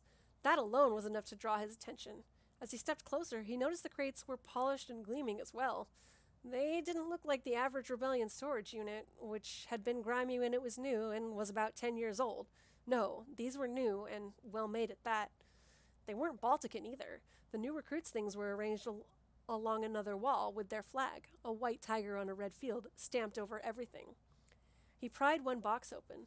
The supplies inside were stacked in neat rows. Field rations, which looked a good deal more edible than the standard Resilient fare, boxes of bullets, and even some grenades, but not from Laurentia. Had the rebels found some alternate supplier? He'd never seen supplies of this quality before. No, Jitsu realized. He had seen stuff like this before. In the storage facility, he'd gotten shot rating. These supplies were ionic. He placed the lid back on the crate, frowning. Speculating about a supply raid didn't make supplies appear. No one told him about a raid during his activity. No one mentioned during the council meeting, but with so much to cover, it wouldn't need to come up. And he did leave early. No other explanation made sense. The Empire didn't sell rations and munitions to its enemies. Placing the mystery in the back of his mind, Jitsu prepared the summoning spell. He didn't have all day to sort through the cargo bay for his missing bag. Jitsu was still wrestling with his armor, trying to replace the strap, when his tech band vibrated. Another message. Without putting down his work, Jitsu just hit the tech band with his chin to display the message. Fatima had ordered him to come to her cabin. The message was sent with high encryption. It hadn't been addressed to him personally, but the other recipients' IDs were hidden. What's going on now? Sighing, he set his armor down onto his cot and left his bunk again. The captain's cabin was near the front of the starship. Jitsu found the hallways deserted, perhaps because of the late hour. Ah, Jitsu, Fatima said before he'd even knocked. The door was open, but she must have been looking at the bioscanner. Come in and close the door. I was going to hold you back, but you're here early. This shouldn't take long. Even more confused now, Jitsu waved the door shut and sat on one of the chairs arranged in front of her desk. Fatima steepled her fingers, regarding him for a moment before she spoke. Am I going to need to transfer you to another company, Jitsu? Huh? Whatever he'd been expecting, this wasn't it. She gave him an impatient look. Don't act dumb. Everyone can tell something is going on between you and Rosenthal. May I remind you that he's one of my lieutenants, and he will be issuing orders throughout this mission. If you're going to let your feelings get in the way, you don't have any place here. Transfer me? He exclaimed, indignant. He's the one being an ass about it. He said, Jitsu, I don't care. Whatever his personal failings, he's a good officer, and he's staying with this company. I know I can trust him to put your issues aside and concentrate on the mission. Can you do the same, or do I need to transfer you? I want to stay on the mission. Then you'll obey Lieutenant Rosenthal's orders without questions, hesitation, or complaint? You'll not complain to the others and undermine this company's cohesion? I'll be professional, Jitsu muttered. He knew Johann wouldn't have much of a problem sinking back into the rules and procedure, and he didn't intend to act like more than a child in him. I'll show that arrogant little... Fatima nodded. Fine, you can stay. I hope you realize now that those regulations exist for a reason. I get it, he said, suppressing a sigh. If anything, we're too lax, she said, shaking her head. In the Empire, well, forget it. It's over, right? This is all still his fault, that jealous little... He's handling it. I can't believe she's that blind. Jitsu didn't say anything else. He knew she'd make good on her threat if he kept behaving like he had been, scholar or no. He made an effort to change the subject. If that's not why you called me here, what's going on? Fatima clapped her hands, causing the door to swing open without warning. There was a sharp crack, and someone started swearing. Jitsu blinked as Rodrigo released an invisibility spell and shimmered back into view. He'd been knocked off his feet by the impact of the door, and it took him a couple tries to stand back up. I'm glad you decided to be punctual this time, Fatima said, unruffled by his sudden appearance. Though my conversation with Jitsu was none of your business. I was just making sure my magic could still fool the bioscanner, the former priest said, sliding into the office. Blood was flowing from his nose. Practicing, you know. It's not just about invisibility. It's about suppressing life signs and... the captain interrupted him. Don't let me catch you doing that again. Save the spying for the enemy. Don't worry, you won't catch me, Rodrigo grinned, pulling up a chair. What the hell is he doing at a secret meeting? Jitsu couldn't help but think of anyone he trusted less.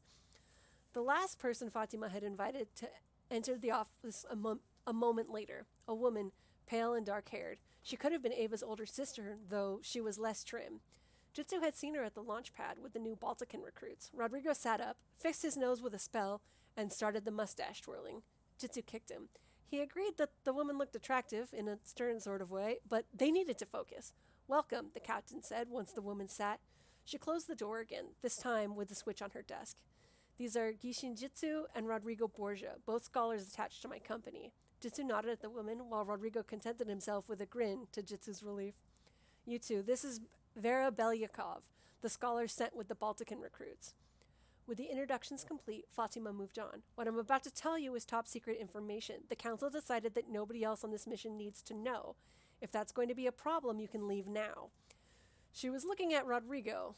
Not at Rodrigo, but at Jitsu. He felt insulted, then thought that she had a point. The former priest would have no problem lying to everyone else. In her mind, only Jitsu, the youngest and least experienced of the scholars, might suffer an attack of conscience. And she's right. I understand, he said. The other two just nodded. Fatima exhaled. What I said in the briefing wasn't completely accurate. The Resistance wasn't our source of information on the planet situation. We were contacted by a source in the Empire. Bishop Caprice Julian. What? Jitsu thought that she must be joking, but the captain didn't break out laughing or admit that she was kidding. She had gotten her information from Caprice. Rodrigo jumped out of his chair. Are you serious? She wants to kill me! She's the whole reason I'm on the run from the goddamn Empire! Of all her crimes, I blame her the least for that, Fatima said, smirking. Jitsu stifled a laugh. Who hasn't wanted to kill you at some point? Fair? Hurtful, but fair, the ex-priest sighed. But seriously, what the hell? She's not on our side here, Abbas. And what's she even doing out of the Iron Shed? Doesn't she have a holy war to deal with? I don't understand. Why are we even talking to her? Why would she want the Empire to lose this planet? Vera asked. Jitsu knew the answer and wasn't surprised to hear Fatima say it. The Arlesian Church, it's as corrupt as I was saying. According to Julian, she's tried everything, even the threat of excommunication. She's not their bishop, so the priesthood doesn't care. They're more concerned with ruling the planet and taking whatever they get their hands on. My kind of church, Rodrigo said. Shame. She's washing her hands of them, Jitsu said. It's more than that, Fatima answered. She thinks the Empire has lost their right to rule the planet because they allowed the priesthood to become so corrupt and greedy. My guess is that if she wasn't assigned to the Iron Shed, she would assign herself to Arliss. This is obviously a trap, Vera said. Nah, it's just the kind of logic you'd expect from an insane zealot. Rodrigo shook his head. She'd burn the Empire down to keep it pure. Idiot. Well, it works for us. I'm not telling you because I need advice, the captain said, closing the discussion. In order to make this work, we'll have to infiltrate the church ranks. She refuses to tell us what will prevent us from discovery, but she's willing to get you through. I can't do that, Rodrigo said, shaking his head as he sat back down. Someone would recognize me. The Borgias are an important family. Or she'd just shoot me on sight. Of course not, but as a former priest, albeit a terrible one, you'll be able to tell Jitsu and Belyakov how to act. That'll be fun. What about the others? We'll tell them what we're doing, but not who our source is, she answered. As I did at the briefing, it's one of Julian's conditions. Her mouth twisted. I don't particularly care, but we'll be complying for the moment. Some of the others wouldn't accept it as easily as you three. Johann, Jitsu thought, considering what they'd fought over. No, he wouldn't accept it at all. Somehow, the thought made it easier to face following his orders during the mission. Fatima trusted him with this, and Johann had no idea. The only people who know the identity of our source are in this room. While the other captains are willing to believe in an anonymous source willing to cause trouble in the church, she paused to look at Rodrigo. They're not about to agree to anything Julian suggests, especially not since we're literally trying to take over her region. Well, that's smart, considering they don't even trust me. Where do we begin? Vera asked, all business. You and Jitsu have a lot to study if we want to pull this off. You'll need to be able to speak enough Yonic to pass. Not great Yonic, mind. I'm not asking for a miracle, but enough to seem like you went to seminary. Ah, those were the days. So many ripe, supple. You'll also want to download their holy book so you're not in the dark if anyone tries to talk to you about religion. Can't help you with that part, Rodrigo volunteered. I didn't read it much. Fatima rolled her eyes. That's it for the moment. Obviously, you'll be assisting on normal operations when necessary, but you should consider any free time to be priest training time. We'll need you ready as soon as possible. I'm always available for one-on-one training, the ex-priest said, leering at Vera. I'm sure Jitsu will be eager to take you up on that, Fatima said. They wouldn't reach the landing zone for another few hours. Jitsu had at last managed to fix his armor. Now he was stretched out on his bunk in the crew quarters, reading the Yonic holy book on a tablet. He'd seen the book available for free on multiple sites. The Empire eager enough to spread its religion, he'd picked one that wasn't directly Yonic owned in case someone tried to trace the download. The book started out weak, something about God creating the entire galaxy in just a few days. It was implied that God had known his children would destroy Eon someday and made them places to settle. Jitsu thought it was unlikely. Like the people fleeing old Earth, the Eons got lucky. Technological advancements had taken care of the rest, terraforming planets with suitable atmospheres. His tech band buzzed. Jitsu checked the scanner. Johann. Jitsu wanted to ignore him, and almost did, but Johann wouldn't have tried to contact him unless he wanted to make some sort of peace. He compromised by making the other man wait. Then he yanked the screen hiding his bed open. Well? Johann had the grace to look embarrassed. There was a box under his arm, and he shifted his weight from foot to foot. He fixed his eyes on the wall. I wanted to come by before we landed and apologize for my behavior. Oh, you did you? Jitsu didn't feel inclined to be gracious, not after Fatima told him he needed to act like a professional. Yes, I brought you something, he said, large callous hands holding the box out. Jitsu wanted to leave him standing there, but curiosity overcame his petulance. He sat upright before taking the package and opening it, taking his time to unseal the box and list the item out. A gun? One of mine, specially made on Laurentia. Higher quality than most of the stuff we can get our hands on. They use magic in their factories, you know. Jitsu removed the handgun from the box, holding it by the barrel. Thanks. I mean, I don't really think I'll use it, but Jitsu snatched the gun away and positioned Jitsu's hands around the handle. Don't hold it like that. I know you don't like killing people, but you need to be able to defend yourself if you're too tired to do magic. I know you wouldn't think of something like this, but I want you to keep yourself safe, you know. If I'm too tired to do magic, I'm not going to be much good with this either, Jitsu thought.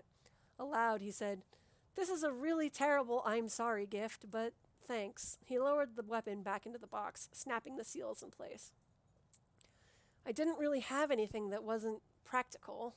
That weapon is important to me, and because you're also important to me, and you staying safe is important, Johann trailed off, what I mean is I shouldn't have said what I said in the first place. I understand why you don't want to break regulations. The captain was lecturing me about that earlier, but I don't understand why you're jealous. There's nothing there.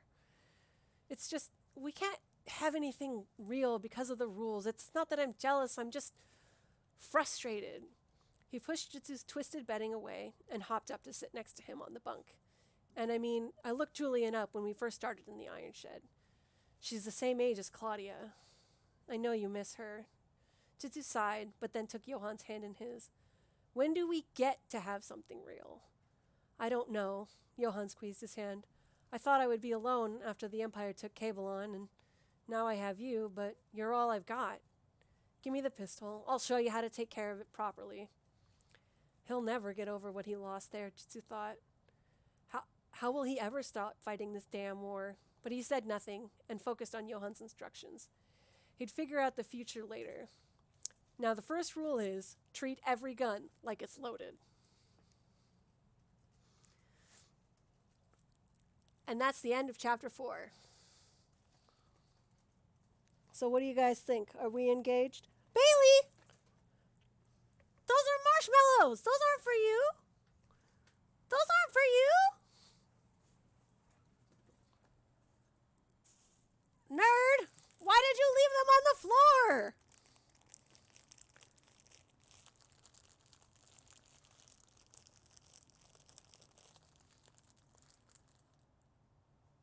Hold on. I am gonna deal with these marshmallows. You can put any comments or questions you guys have in the chat while I'm AFK doing that.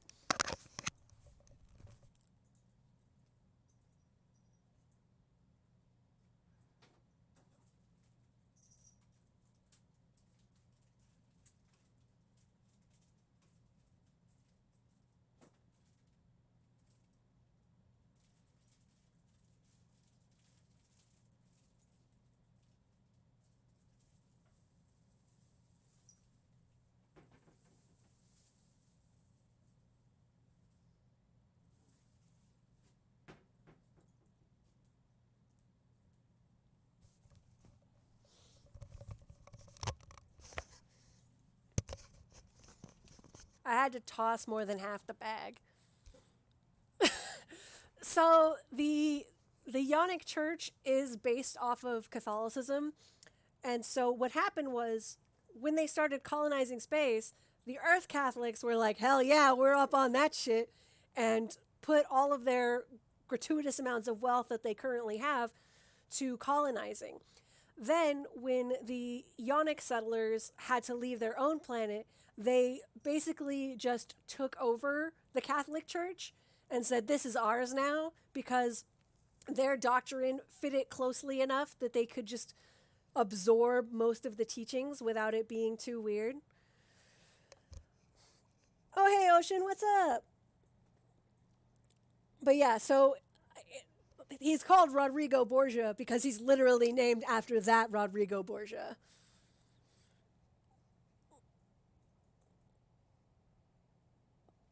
Thank you, Ocean. It's good to see you.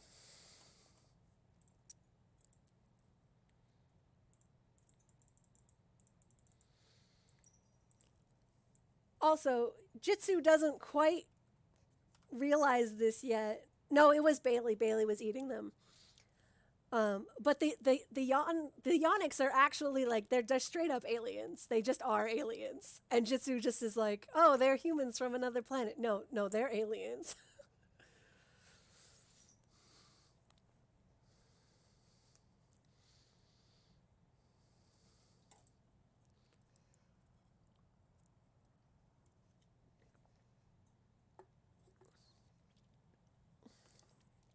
Also, Velo, you don't like Rodrigo? I love Rodrigo. He's great. Don't call me that. That's my priest name.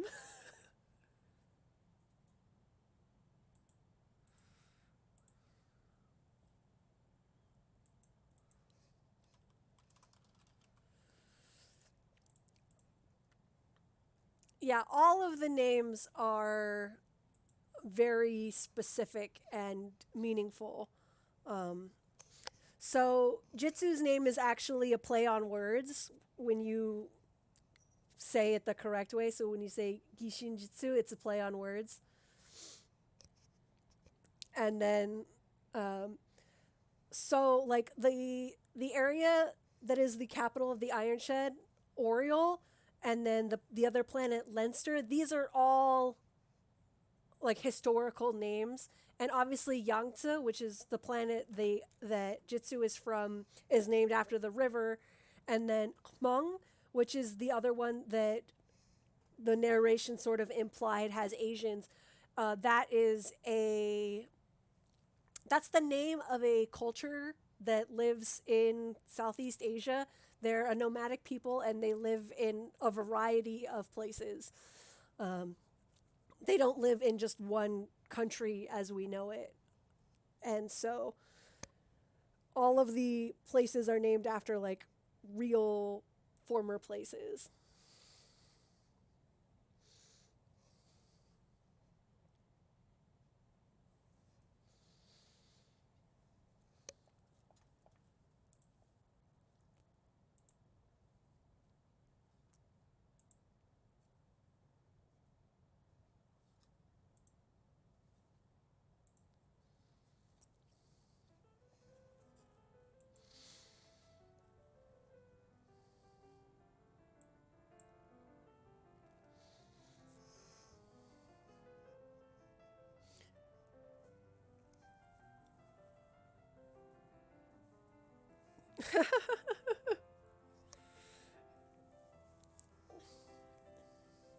Yeah, Rodrigo went to seminary, but he didn't really study at all because he knew that nepotism would get him everywhere.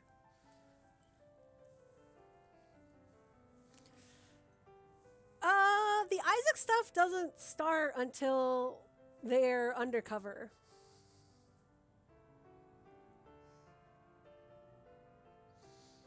And yes, Isaac is named after Isaac Asimov because nerd is that kind of nerd. And I was just like, fine, you can have it, whatever.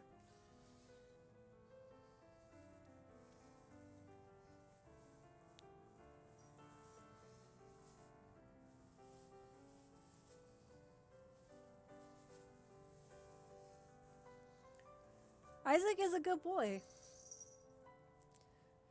The chance of summary execution was 75%.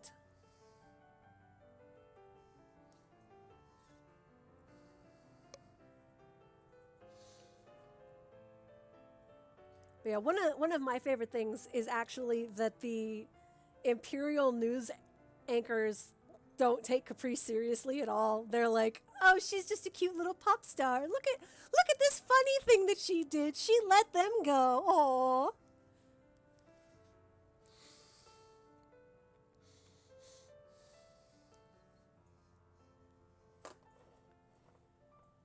Thank you, Laura. I'm glad that you like it and are very outspoken with your praise.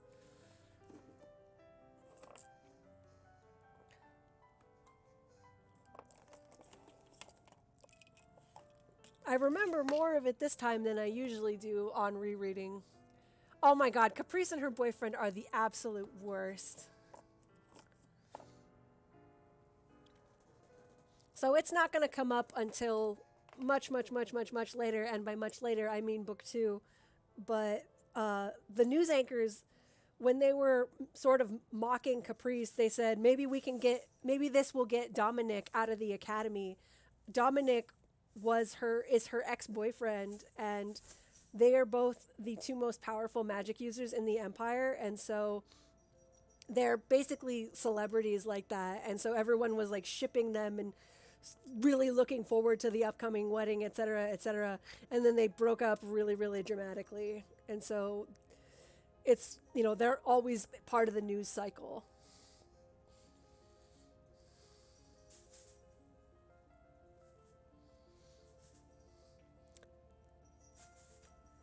Yeah, Caprice actually has a PR manager, but she knew that the PR manager would not approve of what she's doing, and so she sent him home for vacation.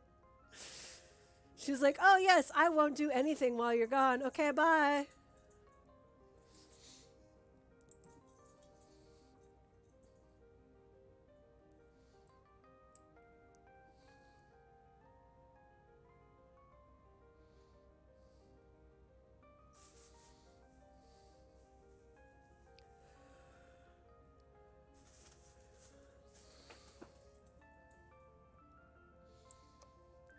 Aki and Bailey are almost playing together. Caprice, oh, looks like I got double booked. Oops. Yeah, that's pretty much it exactly. She can be a little shit when she wants to be.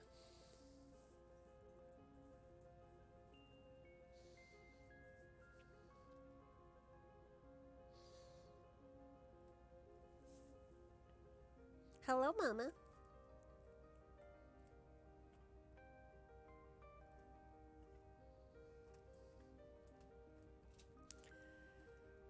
Right? Exactly.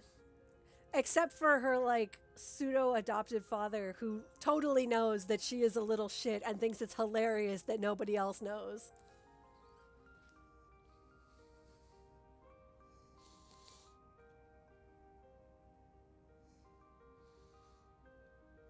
Aki was trying real hard to break into the cupboards earlier. Oh, does anyone have points for a boop? Now's a good time to cash in for a boop. Just saying.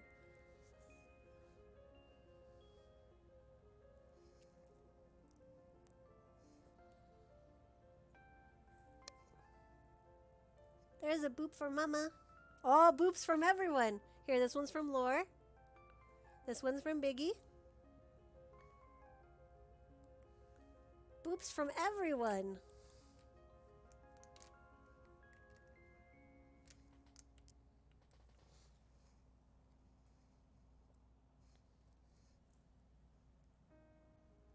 Boop.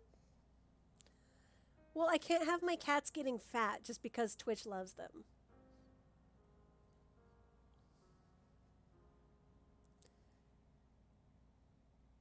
Boop.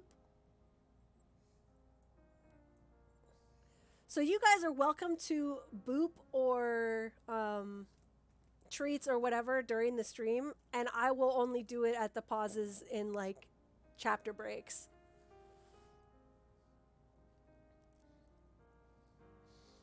Though Karina did walk in front of the screen while I was trying to read it several times, which was hilarious. I'm like, Mama, I'm reading a book.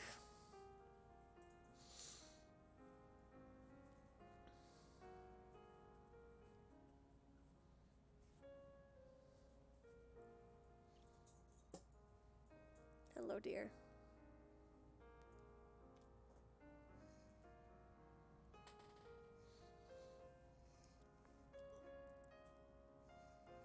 Now that Bailey's marshmallow attempts have been thwarted, she is laying down in the bed.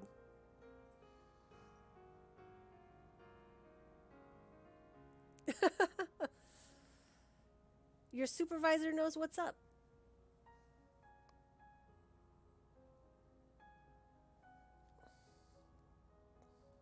No, not interested in any more boops? I didn't think so.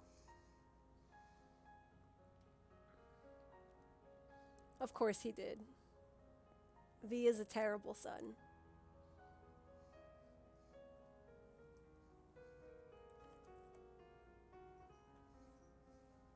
I love when she does the chomp at the side of the bed like that. That's adorable. So what do you guys think about this layout for story time?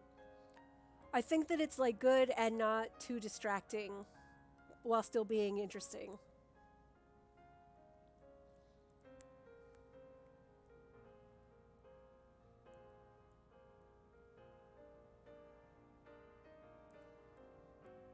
It looks like she's chewing on the bed. I love it. It's my favorite.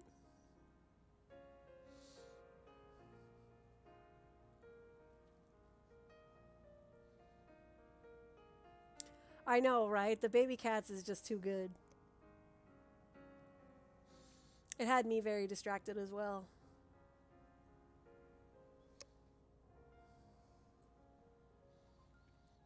All right, so that is it for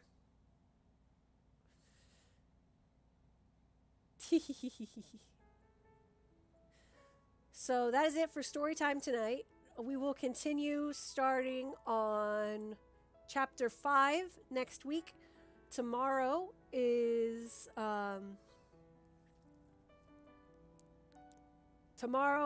Thanksgiving at Bread's house. I'm probably gonna go over there, unless I wake up feeling as bad as I did yesterday. Because I do feel a lot better now, though obviously I've lost my voice a little bit. So you will see me tomorrow at 5 o'clock Eastern at Bread's house. But if not, I will, always be around in the Discord so you guys can come say hi. I don't know what we're going to do other than cook, but, something, whatever. We're going to have a good time. So be sure to hang out and get your bits ready to donate to the Native Foundation, I think, whatever it's called. It's on the poster that has also gotten the typo corrected. For any of you who noticed the typo, good job. For any of you who pointed it out, DM next time.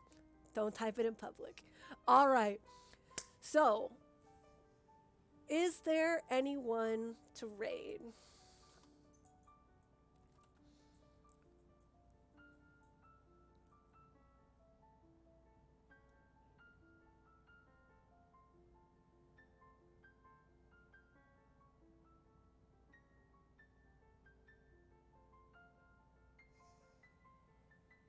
What? No one I know is online, so if anyone would like me to raid one of their friends, go ahead and give me the ID so that I can do that.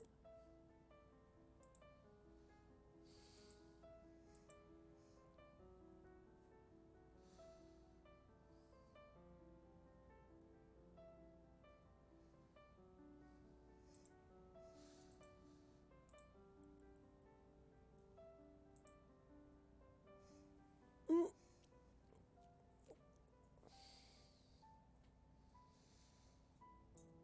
no one? All right, I'm gonna end the stream here. Thanks everyone for coming by. I will see all of you tomorrow during Bread's stream from the other side of the camera. All right, and I'll see you guys next week. Until then, be good, don't get in trouble, pet your pets for me. Next time.